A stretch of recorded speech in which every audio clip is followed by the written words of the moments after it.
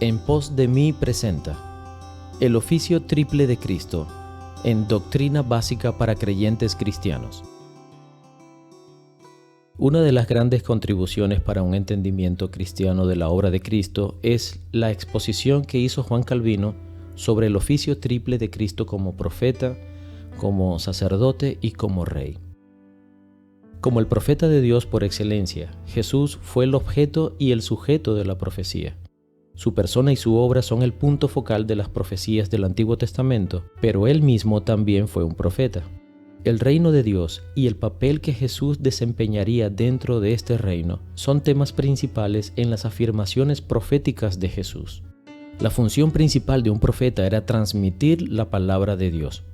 Jesús transmitió la palabra de Dios, pero además, él mismo es la palabra de Dios. Jesús entonces fue el profeta de Dios Supremo, siendo la palabra también de Dios en la carne. El profeta del Antiguo Testamento era una clase de mediador entre Dios y el pueblo de Israel. Hablaba al pueblo como representante de Dios.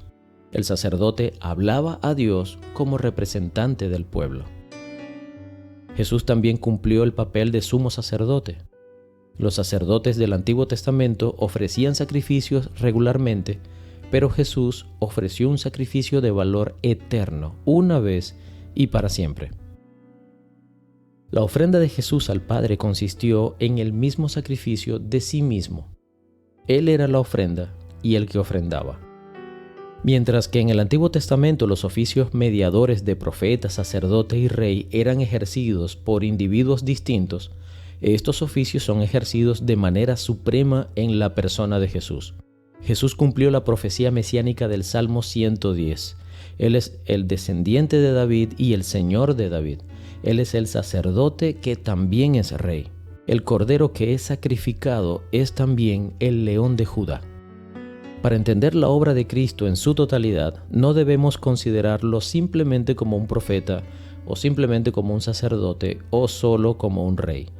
Todos estos tres oficios fueron perfectamente cumplidos por él. En resumen, Jesús fue el cumplimiento de las profecías del Antiguo Testamento y él mismo fue un profeta.